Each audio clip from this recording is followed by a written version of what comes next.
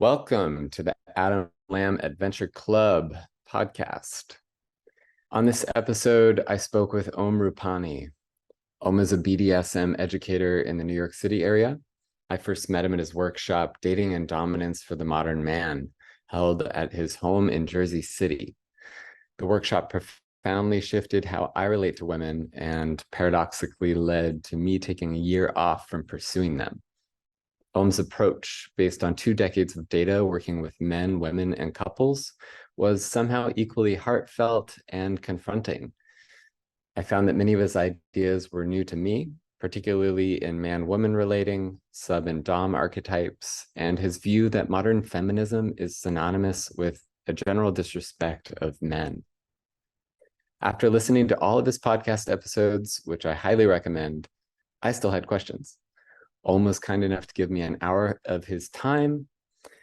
And in this episode, we discuss polarity, agreement, containment, the importance of adoration in romance, when to end a relationship, developing self-containment through meditation and physical activity, when to take a break from women as a man, the importance of men having male friends, porn and masturbation, Om's favorite depiction of healthy masculinity in media, men as sex workers for women, feminism, growing up in India, the Landmark Forum, his path from student to co-facilitator with Lori Handlers, and the question, what is love?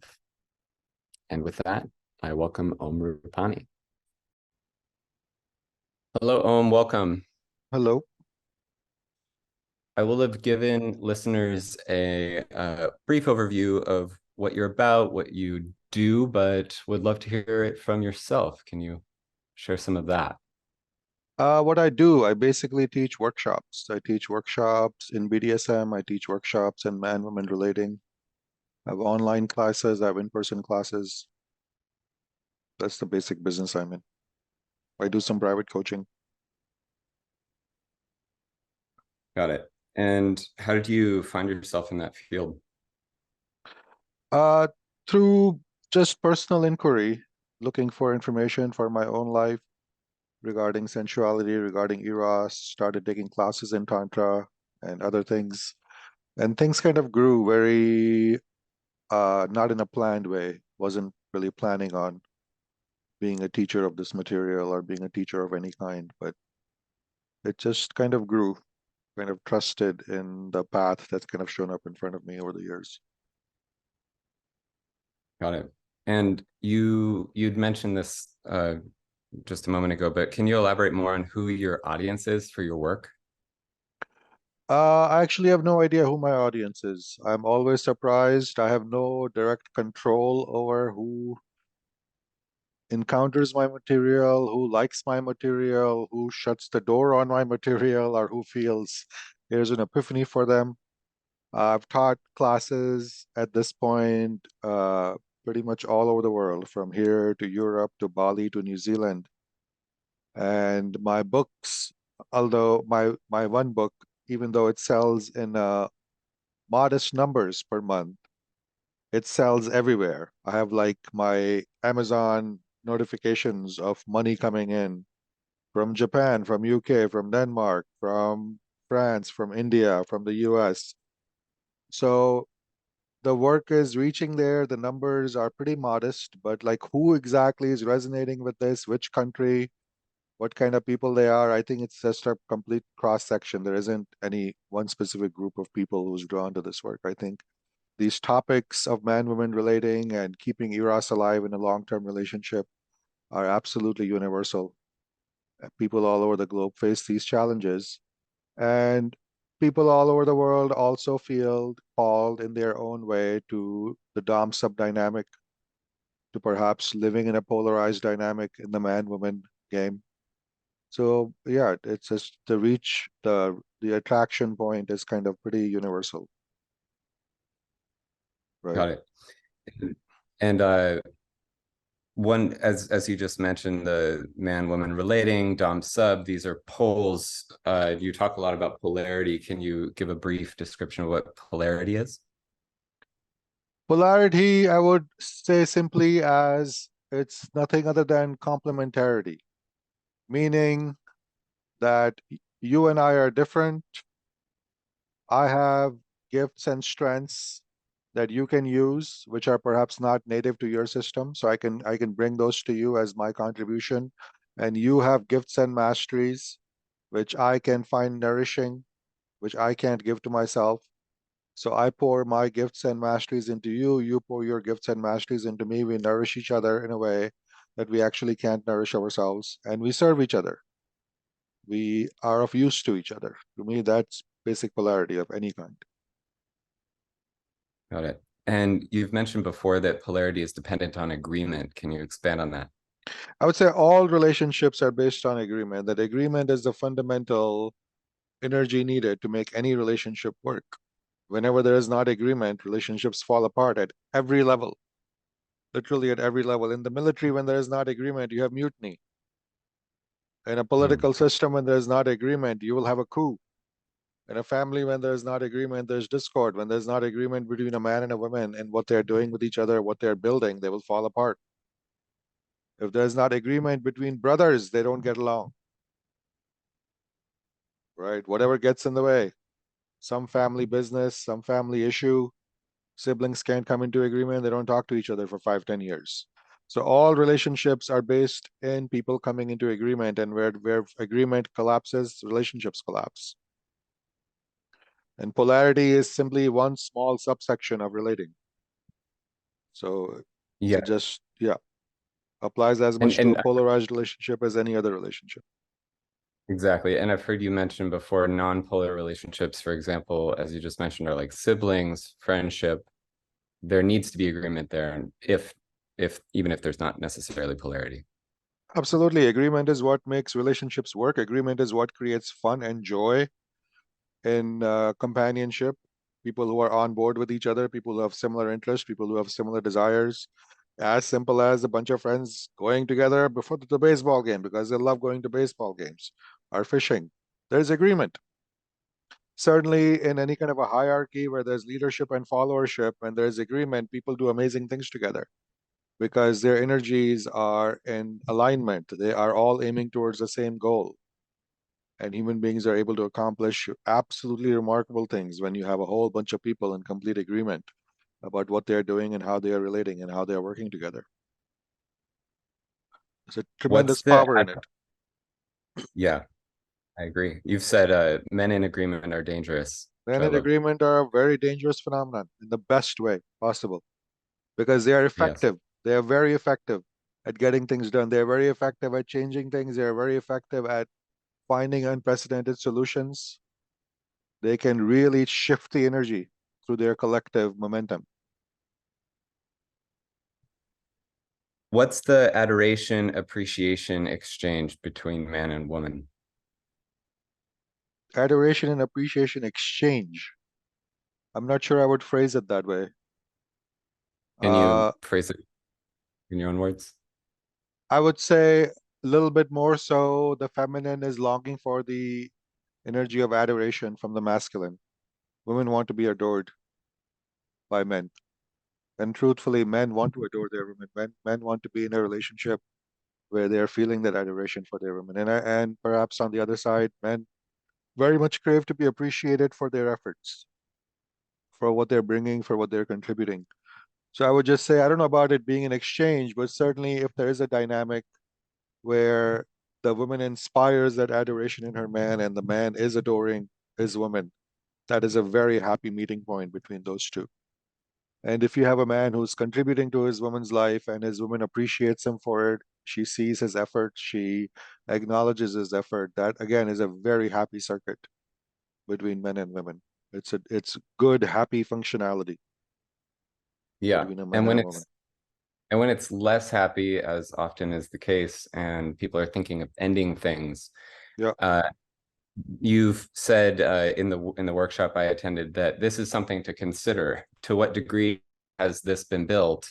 if it's the first date and things are already off to a rough start, then Yeah, end it. But if you've been together for 10 years and there's been quite a lot of this adoration, then yeah. maybe put more effort into reparation. Absolutely. I'm not in favor of people throwing away relationships. I'm not in favor of people discarding human beings. Uh, it's not good for our own psyche. It is not good for what kind of human beings we should be. It's not really good for society. So certainly if there is good between two people, try and preserve it, try and resolve your differences, try and come to agreement. The art of relationship oftentimes is finding agreement in exactly the moments where and it's challenging to do so. The most extraordinary relationships get constructed when people make unusual agreements, really crazy ass unusual agreements. Could be things like, I'm a gay man, you're a straight woman. We are never going to have a passionate marriage the way you think, but we have these other 20 things that we can do brilliantly together. What do you think? Can we make it work? Can we come into agreement? And there have been couples who have had extraordinary marriages between a gay man and a straight woman. Some of them have even managed to create biological heirs. They actually completed the deed and they created children. And yet they knew who they were. They gave each other space. They loved each other for who they were. They didn't try to make each other miserable or judge each other. Sometimes these people were very highly positioned in society. They were great philanthropists and they did amazing things together. They had a beautiful life, celebratory life together. And it's very unconventional. In the middle of it, there was this very unconventional piece that the man was gay and the woman was straight. And even after creating children, they mostly, had separate sensual lives, and that did not tear them apart. Now, there are many, many examples of great marriages which have unusual pieces in them. Bill Gates and his wife came out with the fact that he has had a lover on the side for years, and his wife has been in agreement with that. That wasn't even offered as the main reason for the divorce. Warren Buffett has had a long-time lover that his wife knows about. It is in a documentary on HBO. Go watch it. It will shock you. If you go see the biography of FDR and Eleanor Roosevelt, there were crazy factors in their marriages. You would not think, how can this woman stay with this man? But the man was the president of the United States, and Eleanor Roosevelt had her own mission in life, and they created a marriage which had very unusual pieces in them. But they came into agreement. Or to the point that they came into agreement, their relationship functioned. And some of these people have done absolutely extraordinary things in this world. Interesting relationships are truly built on uncommon agreement, in my opinion. So I think that's where the art is. Can you love this Yeah. person where they are? Can you love this person for who they are instead of constantly bitching and whining and telling them to become some other person? And very often the some other person is based on a story they have about how relationships should be or how a partnership should Probably. be. And And they, in either case, it's a very unkind thing to do, to tell yeah. somebody, become somebody else for my sake. I don't want to do that for anybody, and I don't want to ask that of anybody, and I don't want to offer that to anybody. I What want to is find my containment? people. Perfect. What is What is containment? containment? Simplest way to describe containment, I would say, start with the notion of grounding somebody. Do you know how to ground somebody? If somebody is having a panic attack, if somebody is anxious, if somebody is troubled, and they are not in their body and they are jittery, and a friend comes in and calms them down, brings them into their body, talks them down from the ledge, that essentially is offering somebody containment for their ungrounded, uncontained energy. Just as a quick explanation. So I would say if you're Perfect. not familiar with the idea of containment, simply start with the concept of grounding somebody. And in the context of man-woman relating, why as a man is it first important for me to learn to contain myself? Well, you can only contain people by osmosis. Just as, can you imagine an ungrounded person trying to ground somebody else? Can you imagine somebody who's in a jittery energy trying to ground somebody else? It's not going to work. I have to be grounded myself. I have to be in my core. I have to be anchored in my own body. I have to be calm. And then I can bring that energy to somebody else and almost bring them into my energy, bring them into my calmness. So that's pretty much the way containment works. So if a man is going to contain a woman, if person A is going to contain person B, person A needs to be contained first. And how might he learn that to contain himself? I think all practices that are about grounding, that are about embodiment, meditation, meditation on breathing, focusing on one's core, doing grounding exercises, doing physical activity like yoga, dance, movement that bring you into your body. Martial arts is absolutely superb at creating containment because it really anchors people in their hara, in their third center, the solar plexus. And that's a great anchor to have in your core. So all of those practices can be wonderful containment practices, self-containment practices.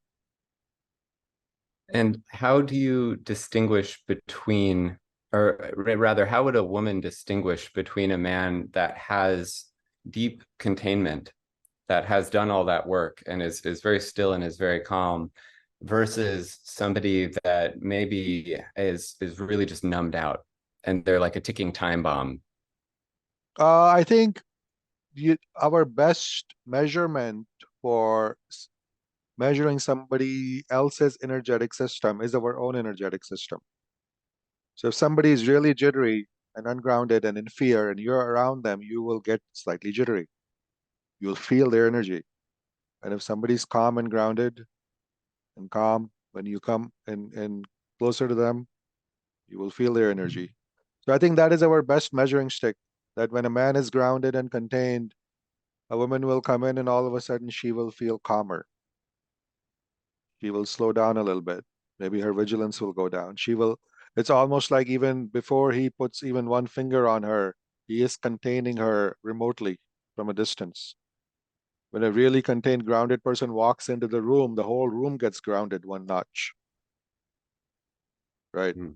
So this energetics, I think, is active all the time. And the best way of judging it is really by feeling into our own system to see where somebody is. And what's the difference between containment and comforting? Comforting, I think it is a very kind of a shallow topical application, whether it's comforting or whether it's soothing. It's trying to deal with the person's issues, their words, their worries, their reasons why they're feeling ungrounded and jittery. Whereas giving somebody good containment, you really bypass all of that. You don't want any stories. Containment is not about listening to somebody and being their therapist. Containment is actually about energetically containing somebody's core till they feel less noisy and calmer, right? So comforting, soothing, therapizing is a, to me, not very effective pathway to go. Yeah, and I remember you making the distinction between like a pat on the back or like a rubbing someone's shoulder Yeah, versus just a firm, solid hug. yeah, yeah. I think the firm containment goes kind of to the core and really quietens the mind, which is what you're trying to do. But I think trying to engage the mind, the worries and the words and the things, they're not always a useful thing, useful approach for creating that groundedness. Let's talk about men and men's work. What are the kingdoms of men, or is it of men, or just in general? These are some distinction I made up when I was writing the men's course. I've divided them into six so far. I don't know. I don't feel like going through each one of them. That's like pretty much a big piece of the dominant man course. Oh, But okay. I feel so. Let me give one big distinction of it. I put men, women relating in the sixth kingdom. It's one of the Mhm. kingdoms. So I think that part is worth mentioning up front, that so many men think being a man today is about man women relating only. And my offer to men is that's not the case, and it's a very bad model of masculinity to hold, right? When men hold that model, they essentially become relationship objects to women. They start Mm, defining themselves only by their man woman domain, only by their success with women, only by how much they're getting laid, only by how much they're seducing, only about how many women they have on their roster. And I think it is a really bad metric of masculinity. So I really wanted to emphasize that I will create a category for man woman dynamic, of course, because it's important. But in the journey of masculinity, in our embodiment, in our growth, at least in the model I've created, it will be 5/6 of the journey. And it's not the most crucial one because your relationships with women is one that you can really let go of for 6 months, a year, 2 years, and you're not going to die. You can leave it aside. It is not the most essential thing you need to be doing day after day after day. If you're not in a relationship for a few months, it's really not a big deal. I actually recommend men take those periods every time a relationship ends. Take a few months off, really focus your energies elsewhere, and see what else is going on in your life. mm, great. So it's uh, I I want to respect not going into the content of the men's course, and there's some other areas of men's lives that I want to talk about. Go ahead. Okay, Yeah, great. So one thing you have talked about is men's relationships with men, yeah. and I remember in the context of talking about men's circles specifically, you had said this thing that stuck with me, which is don't just sit around and talk. And so I'm wondering what sorts of activities let's look at it from a woman's perspective. If a woman is looking at a man's life, at his world, what should she be looking for, and how he relates to other men? So I would say being a well-balanced man means you get along with men. I would not trust a man who doesn't have male friends. And I'm an introvert. I don't have that many friends. So I'm not saying be the life of the party, be the guy who has 100 friends, right? But if I have 5 friends who love me and respect me and are always glad to see me, I'm good. These are men I love and respect. These are men who are doing well in life. They're interesting men. They're really creating things in this world. And you have a small group of men that with whom you fit really well. And I think they can be a great mirror, great reflector on how you're doing in this world, how you're doing in life. Within that, there's a little you are being respected by men you respect, and that is a sign of health. That's a sign of healthy masculinity, right? So I'm not talking here about being a social butterfly that you need to have a big tribe of men. Some men are have that, other men have, but if you're not functioning well with other men, if other men don't respect you, if other men think they can't trust you or you're not worth to be around, that's a real problem. That might be a sign that you really need to look at something in your masculine embodiment and in what has happened in your relationships with other men. Because even extrapolating from that, it's not just about having friendships with men. When men want to create something in this world, they usually do it with other men.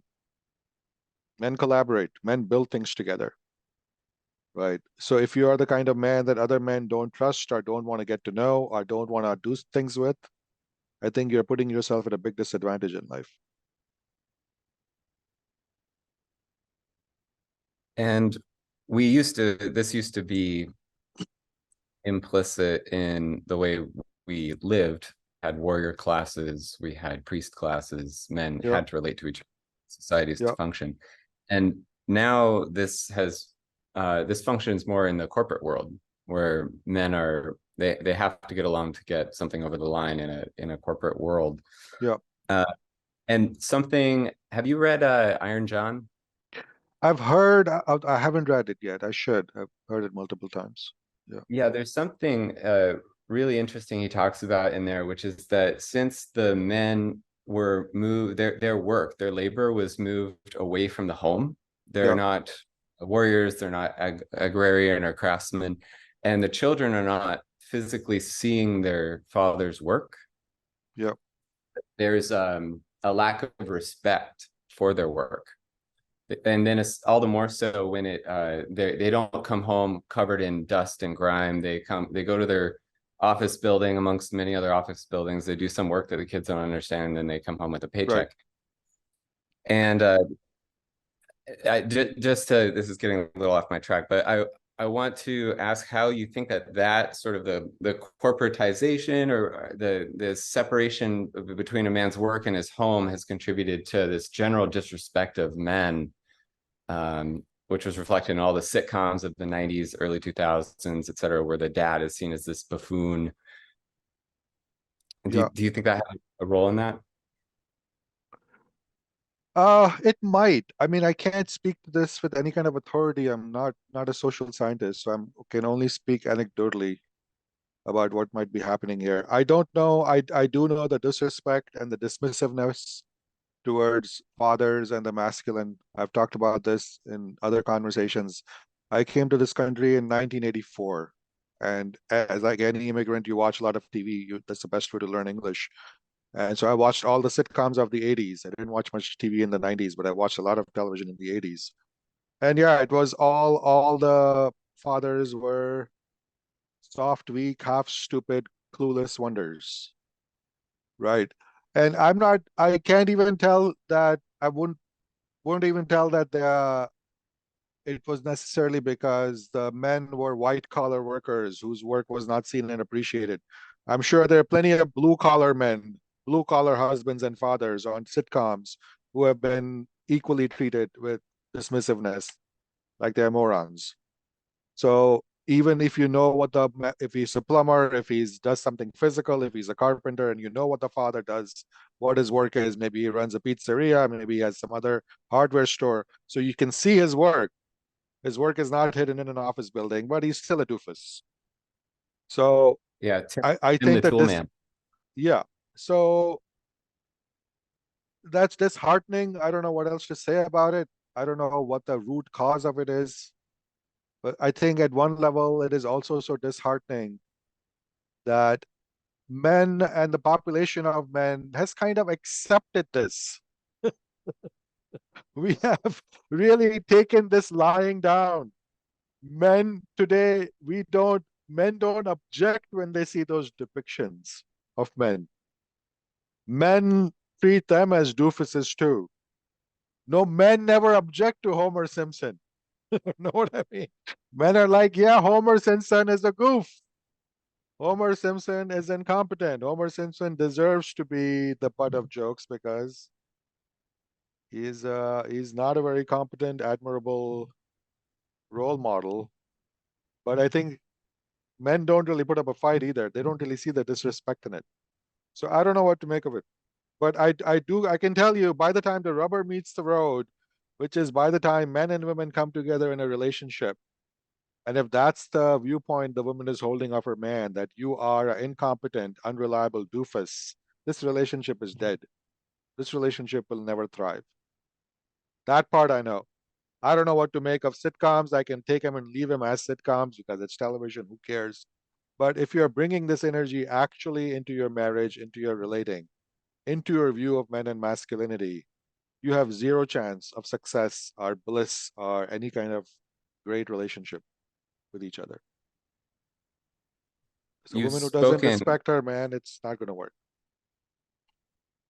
you've spoken highly of The Godfather and James Bond. And what are some other examples of masculinity that are to be looked up to My for men? favorite one is the wonderful HBO series Band of Brothers.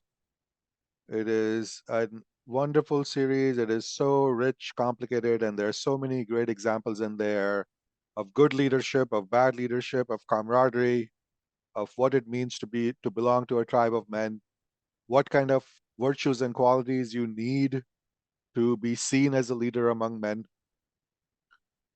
What does it mean to really to show up and deliver, right, as men?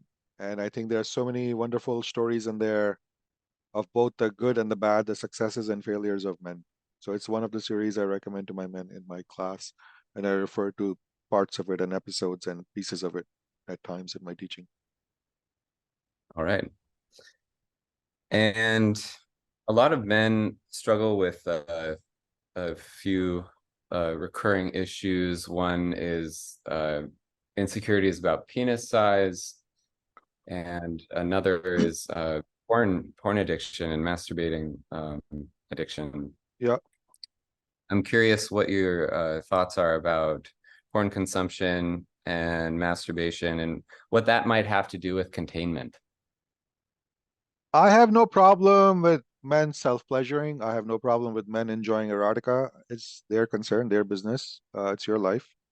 No problem with men having a solo erotic life of being in touch with their cock, of enjoying their bodies, self-pleasuring.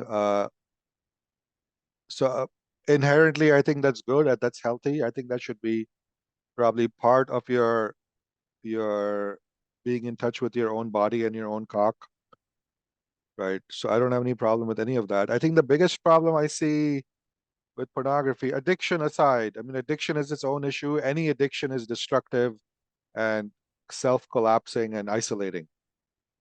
So I'm not an expert in addiction. I'm not an expert in what porn addiction looks like.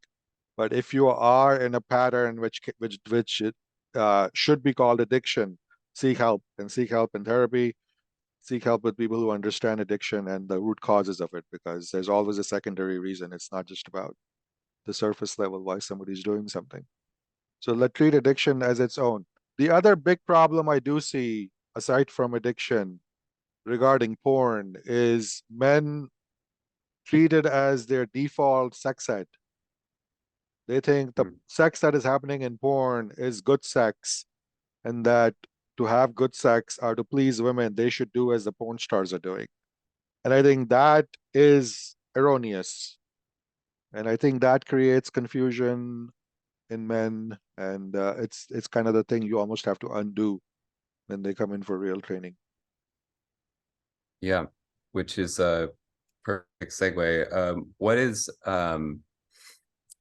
if a man wants to learn containment, does it make sense to practice with a sex worker, or can a courtesan offer that?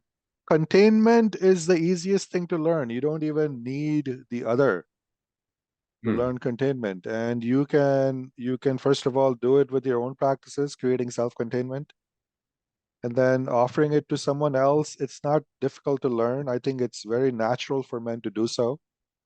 And I don't think you even need to go so far as to even have a lover, let alone a sex worker, to learn containment.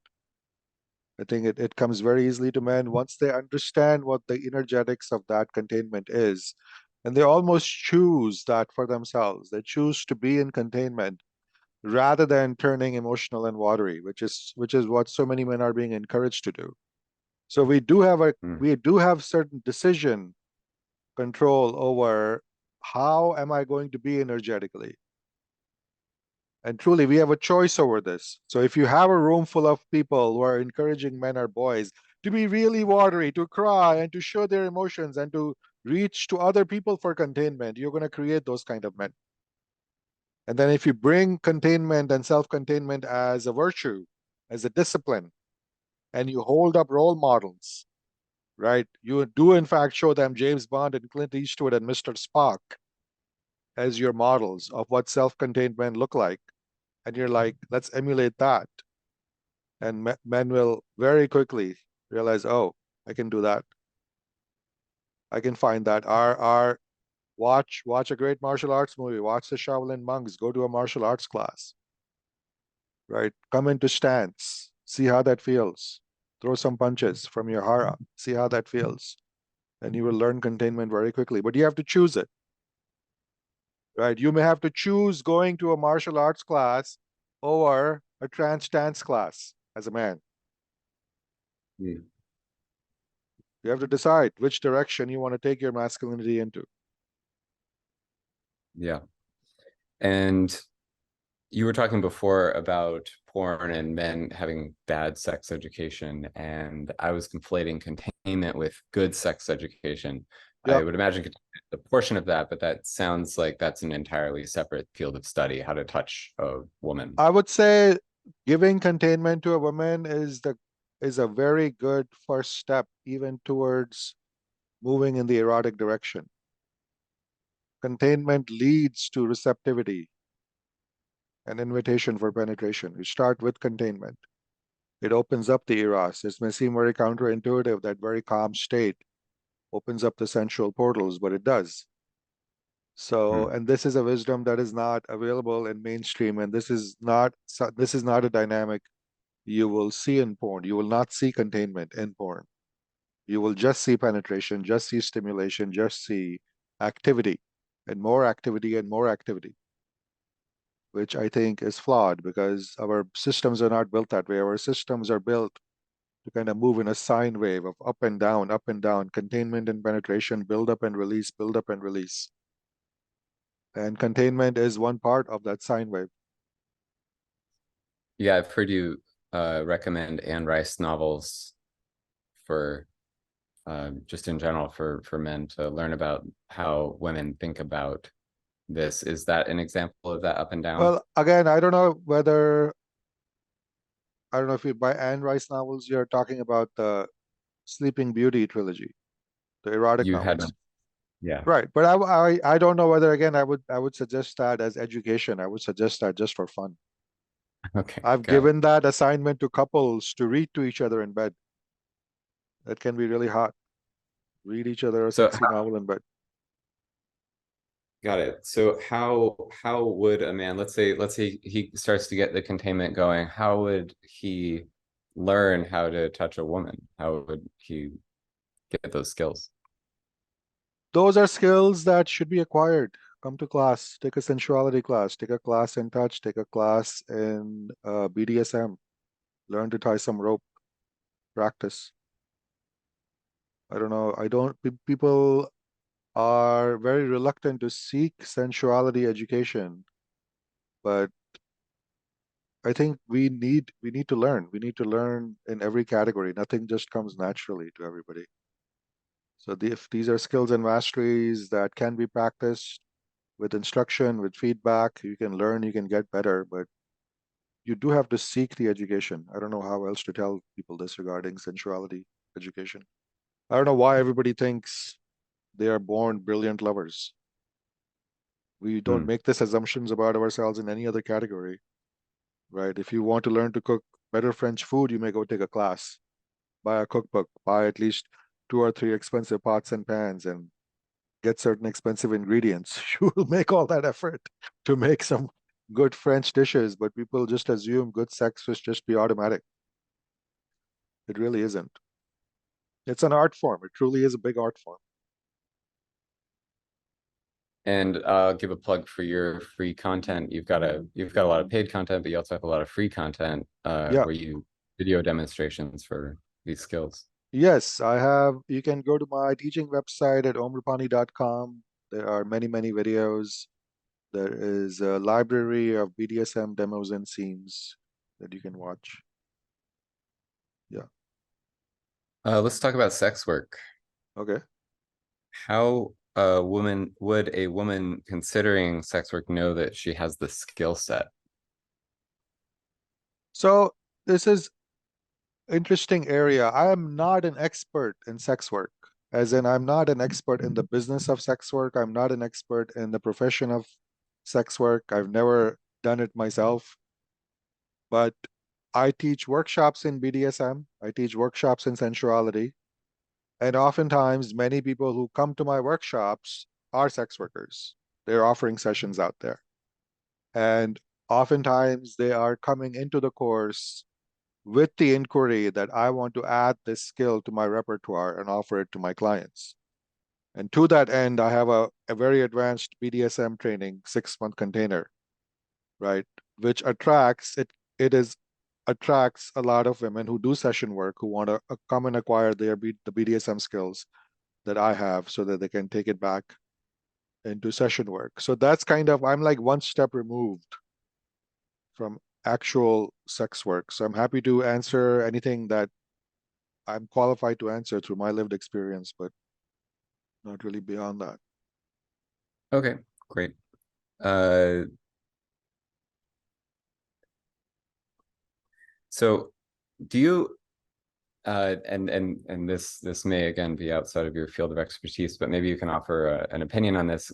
Given the lack of containment, given the lack of men that have these skills, Yeah, um, there is classically a very polar representation in sex work where there's female providers and male clients.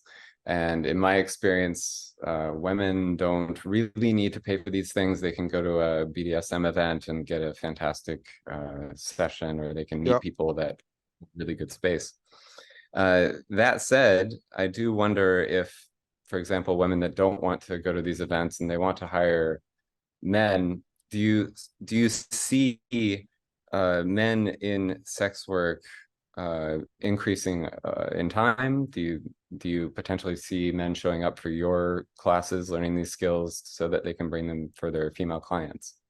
Again, speaking very, very anecdotally, I don't have data on this regarding in the wider culture or numbers. So speaking very anecdotally from my own personal encounters, which are very few, I have seen men acquire training like sacred spot touch and sacred spot sessions and then offer that in session work to women. In other countries, I have a friend who has done this work here and he offers sessions in the UK and London. It's legal there. It's not really a hassle. And he has regular clients. He has women who want to pay him to receive sacred spot sessions. And it's certainly the case. Yeah, I've heard of women hiring male practitioners for stroking, for sacred spot work, for DS scenes. So I think it's probably out there more than we realize. And I've also received inquiries from men who want to get trained more in BDSM because they also want to go offer session work out there. So I think the appetite on the part of women is as great as on the part of men. And I think with the facilitation with dating apps and meeting apps, I think it's easier for them to create this without risking exposure. But I actually don't think the desire on the part of women is any less. I think it may just be that men tend to be bolder and they tend to take more risks in pursuing their desires, and women tend to be a bit more cautious. They don't want to pay that high a price for it. And by price, I'm not even talking about money. Like they want their privacy, they want to feel safe, so they are more cautious. But I don't think it's because women are less desirous of simply wanting sensual experiences and being willing to pay for them than men. If anything, I think there's tremendous desire on that end. One way I know this, and one way this data comes back my way, is the women who take my BDSM training often convey how great sessions they're having with couples and what great sessions they're having with other women who are hiring the women to uh, open up their own sensuality, to get sensual coaching, to get stroked. So it's out there, it's happening. Yeah. Let's talk about feminism. Yeah. How does a woman know she's a feminist? Well, I would say the rubber meets the road when it comes time to coming into agreement with your man. If you, on principle, never want to come into agreement with a man, I would say that's one sign. Or if you categorically believe men don't deserve any respect, that's another sign. You're never going to build anything real. Aside from that, I'm actually not that interested in ideology. I don't really care about people's beliefs. Believe whatever you want. It matters only to me in my little sandbox. And my sandbox is about how can we make relationships work. And I know if a woman, call her a feminist or whatever you want to call her, if she is coming into a dynamic with a man and she categorically is disrespectful of the masculine, mistrusting of the masculine, thinks men are women's oppressors, that woman has zero chance of coming into happiness with her man. It just doesn't work that way. If she does not feel some inherent appreciation for the masculine, If she does not have the desire to come into agreement with men, she is not going to have any kind of a successful relationship with a man. Aside from that, that's the marker, the test of the impact your beliefs are having in your relationships. Yeah. And I've heard you talk about how women that hold those beliefs, they end up looking for men that are, as you've said before, watery, that have this sort of emotionality about them. Listen, I don't even care to pass judgment on that. Seek whatever kind of partner you want. Find your happiness however, whichever way you want. I'm nobody to tell you to do otherwise. Right. My desire is to find generalities that are big enough, consistent enough that they are worth noting. Right. I Mm. truly have a very practical approach. And one generality I can sign in blood is this, that if a woman disrespects her man, she is never going to be happy with him. There is no such thing as a woman who looks down on her man, who disrespects her man, and she loves that man. She's thrilled to be with that man. I have never seen that combo, right? So I can tell you this much. If you are the kind of woman who categorically disrespects men in the masculine and think men don't even deserve respect, you're never going to create a happy dynamic with a man. It's like theoretically, you have hobbled yourself, right? So my if I have to give one metric to women on how to create a happy relationship, is find a man you respect. One, if you only had to pick one metric, he could be a poor person, he could be missing two legs. Find a man you respect, and your odds of finding happiness with that man are greater. All right. Uh, I'm curious about your experience growing up in India. Um, did you look up to any spiritual icons or have any connection to the classical Indian philosophies growing up in India? I left India when I was a few days short of my 13th birthday. So I was a young lad. And I grew up in the Hindu religion. I was always inquisitive, curious, full of questions about all these matters. But it was a young boy's inquiry into religion and understanding, certainly something as complex and multifaceted as Hinduism. So I don't know what to say beyond that. It's been an ongoing journey and a passion and inquiry, I feel, into spirituality and religion. It is something that has been continuous in my life, probably even from those youthful days. But I think, like most people, it's a journey, it's an ongoing inquiry.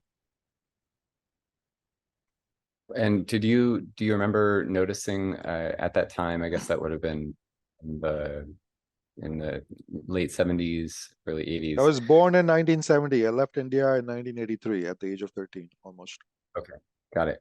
And did you notice Westerners coming over and seeking these practices? This was kind of the We hippie. would always have Westerners when we would go to visit our temples and gurus.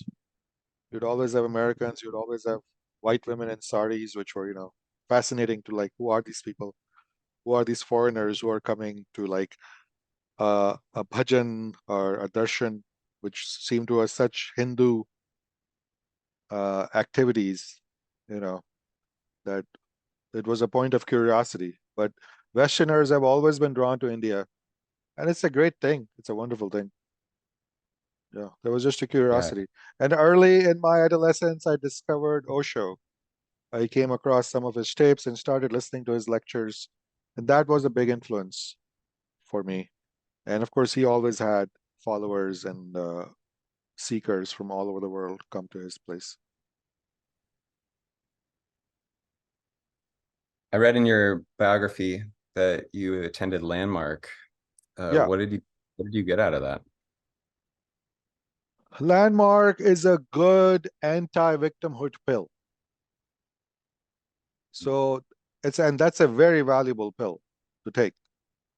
So aside from all else, if you just take the forum and you get slapped in the face for all the ways you're holding on to your victimhood and you let go of that, I think that can be that's such a tremendous service they are providing. Right. And I got that from them and a few other things. So I always recommend people to wholeheartedly. I'm like, you don't have to do the whole curriculum, just go to the forum. I'm sure it'll serve you in some way. Who was your forum leader? Oh, I don't remember his name anymore. He was kind of a silver fox, handsome, slender man, black and white hair. I'm bad at remembering names. It's been years. Okay.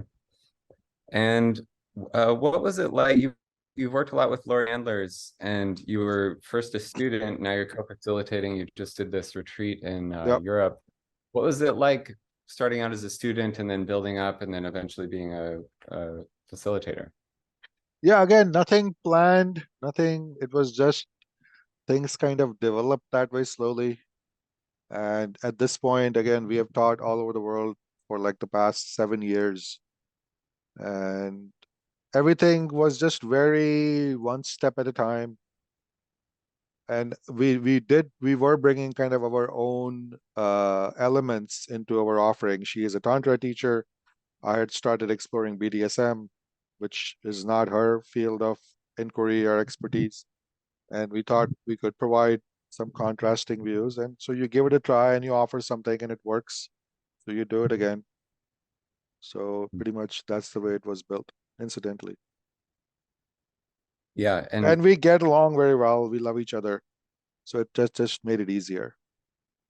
she's one of your few friends. She is definitely a friend as well as a mentor. Yeah. Beautiful. And you talk about Tantra, and I would love it if you give a few words on what you mean by Tantra in the Laurie Handler sense, and how that relates, if at all, to the kind of classical Shaivik Tantra in India. There's a lot of controversy around that. So neither will I speak for Lori, nor am I an expert in Shaivism Tantra. So I'll give you my take on it. What Tantra gives me, or what the Tantric model gives me. What the Tantric model gives me mainly is the chakra system and the subtle bodies. And it says, this is you. This is all of you right here at the visible and the invisible levels. I'm not interested in the philosophy, the ideology of Tantra. It kind of tells you this is your full system. And whatever blocks are in your system are in this system someplace. Whatever activations are going to happen in your system are going to happen in this system someplace. Either a block is going to get released from your energetic body here, or a chakra is going to get activated here. That this is your system. Even your past lives are wrapped up in these energies. Your blockages, your traumas, your epiphanies are waiting in the movement of this system. Take it. This is your responsibility. You fix it. You fix your glitches.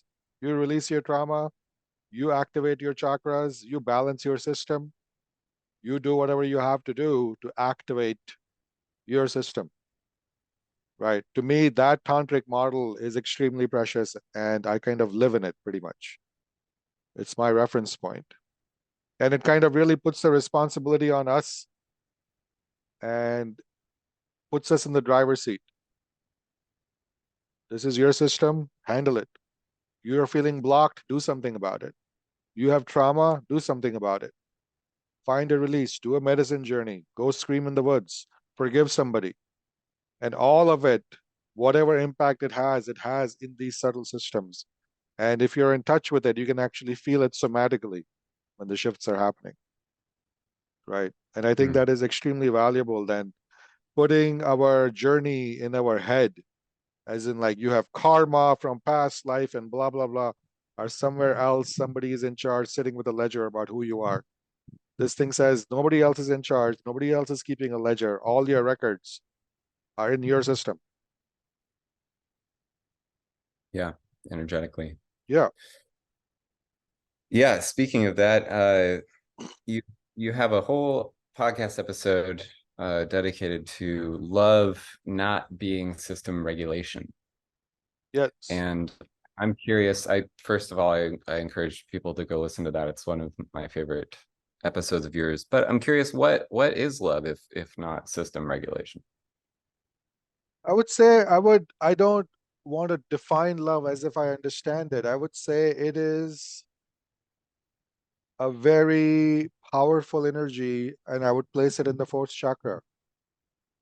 It's an activation that happens in our system, and we are not in charge of it. We know it when we feel it. We know it when it's activated. It can be very painful, and it feels really big. It kind of connects us to bigger things and other things, right? So, what Mm, is the energy exactly? I think even if you had to define it, the only way to define it would be kind of in religious terms. You could call it God energy. You could say if we are here in this body and our subtle bodies are connected to bigger realms, the energy cord that would connect to us, our core, from the bigger energies is the love frequency. That it connects us to home, it connects us to where we have come from, it connects us to our desire for belonging. There's a deep sense of belonging in love, that we are not strangers in this world. The world is not a hostile place, that we are connected to the whole, that we are not abandoned, that we have not been abandoned, and nor are we accidental, that we are mm, connected to the whole, and the whole is kind ultimately. This is not an unkind and hostile universe. That apart from all the difficulties, and again in religious terms, you would say you are never omitted from God's grace. You're never banished ultimately from God's love, right? And I think when we feel the frequency of love, we get that feeling, and oftentimes tears come out because tears come out because so often we are not in touch with that feeling. So often we feel separated.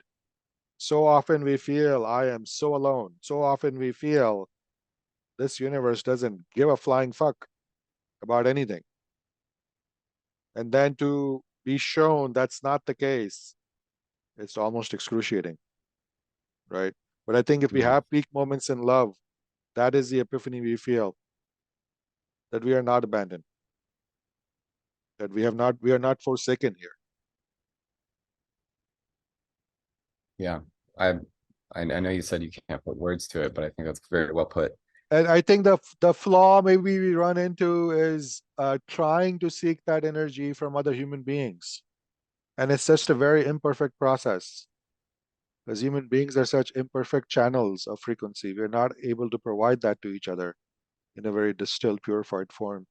And I think this is why the fantasy of love, the human fantasy of love, often refers back to mother's love, maternal love.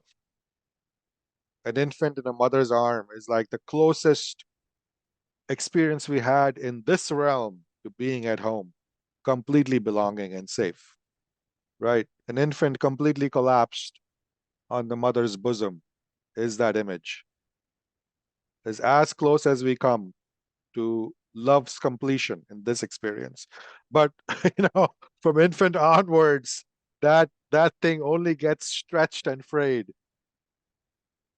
right? It becomes only more and more difficult even to come to that point. And we are longing for it, and we're trying to create it, and often it's the source of so much of our journey, so much of our seeking in life. I think that's a great place to end this. What is next in your world? What are you thinking about? What are you working on? What are you offering? I'm getting amazing results teaching men containment, teaching women to receive containment from their men graciously. I'm having so much fun and such positive results teaching the art of containment and penetration to men and women in longer workshops, and watching them by the end of 6 days really taking this home and being able to create this for themselves. That I'm really excited about just doing more of this work,